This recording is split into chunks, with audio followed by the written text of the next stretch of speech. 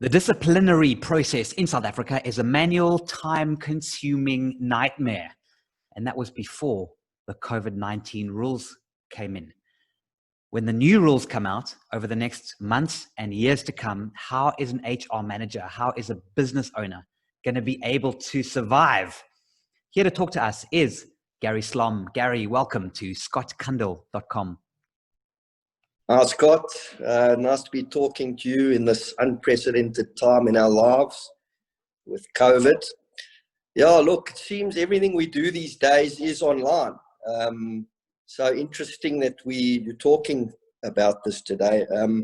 Yes, it's becoming more difficult, and specifically in our space, labor relations, where a lot of things are traditionally done manually.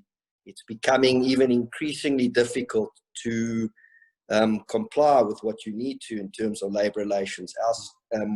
Our software ER Navigator has been automating these processes since 2003, and now that in these times with COVID, there's been a huge uptake in demand to move to more of an online process to be able to perform these processes, and that's where we come in. So interested to talk to you today about that.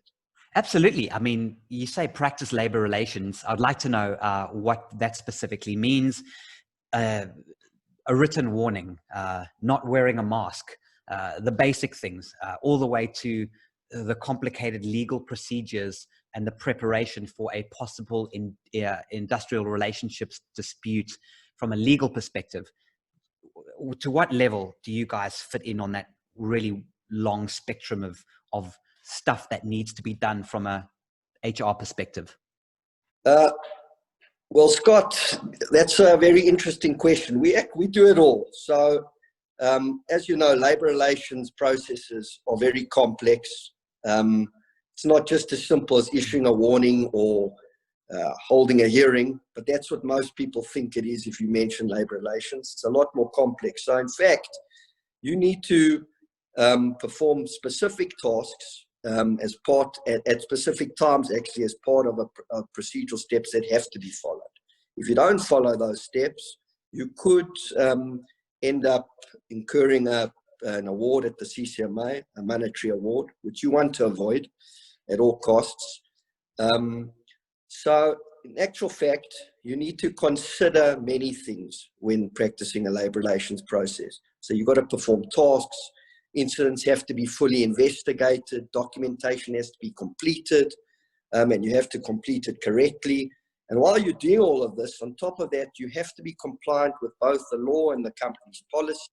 You've got to make sure that you're consistent across the organization and you treat your employees fairly. Now, very difficult to do all of that when you're doing everything manually. And on top of this, you need to store all the information and your case details and documentation in case you do need to go to the CCMA. Well, Gary, can I jump in on that? Because just sorry to interrupt, but that's a key point, because one of the most frustrating things about a labor dispute is getting all the documentation ready for that case. So are you saying that there's a simpler method of doing this and it can be almost all done for you? Yes. So let's just dive into that a bit deeper. So the system's going to more than just provide you answers and information, because you are going to actually perform your cases online through a process. The system is going to deliver information to you at specific times, and it's going to guide you to actually perform those steps. So you're going to create a full case file of information, documentation, and evidence while you're going through your cases. And that information will be used should you go to the CCMA. You'll be able to print out a full case bundle of information and documentation and evidence. So it's going to cover all of that. What it's also going to do, so actually, irrespective of your level of understanding of labor relations, you're going to be able to perform cases online. But the system also has workflow and collaboration features. So RR and HR people will still be involved in the processes, but maybe more of a supportive or approval role, therefore allowing managers to perform all the other tasks in the labor relations case and everybody will be comfortable that things are done correctly. It's also important to mention, actually, that we've partnered with Bowman's attorneys, who have created best practice procedures on our system, which clients can use. So they'll be very comfortable that they're doing the right things at the right times. And we've also been endorsed by South African Board of People Practices, which confirms that our processes follow best practice as well. Okay, well, that's the question I wanted to chat to you about, to dig a little bit deeper. I mean, you can get a lot of information from various portals out there. There's lots of websites with this information. And the interpretation is sometimes, you know, a bit uncertain, which is the right way, which is the wrong way. How do you navigate that interpretive issue with regards? I know you've got a legal company backing you, but the interpretation can be a little bit, you know, could go either way. How do you allow for that flexibility?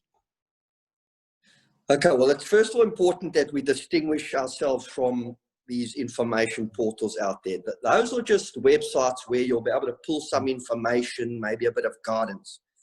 First of all, you need to know what you're looking for. We're very different. We're a tool where you actually carry out your cases online, and while you're doing that, the right information is pushed to you, and it's going to consider all the legal and policy information that you need to be aware of when making decisions. So you don't really need to think much about what you're doing. The system is going to guide you, and it's going to provide the right information, and it's going to generate the documentation for you, and it's going to do it all for you. Obviously, there's certain decisions that need to be made in a labor relations case, but with all the information provided to you while you're doing it, and all the right things being considered, you will be guided to make a fair and consistent decision in the end of the day. That's fantastic. And what's really frustrating a lot of business owners is that CCMA practice, and you know, you don't know what to do, you don't know what documentation, have you done it all correctly? So I think in principle, I mean, it's a brilliant concept, a brilliant idea. You've answered the question about how you have the kind of legal backing that's involved. So now I have to ask you the most important question, and that is, do you have any stats on what kind of success rates that you have in terms of being able to either solve disputes or actually make sure that the company is covered? We've got a huge amount of stats. In fact, everything we do in the system is documented and stored. And that brings me to the reporting side.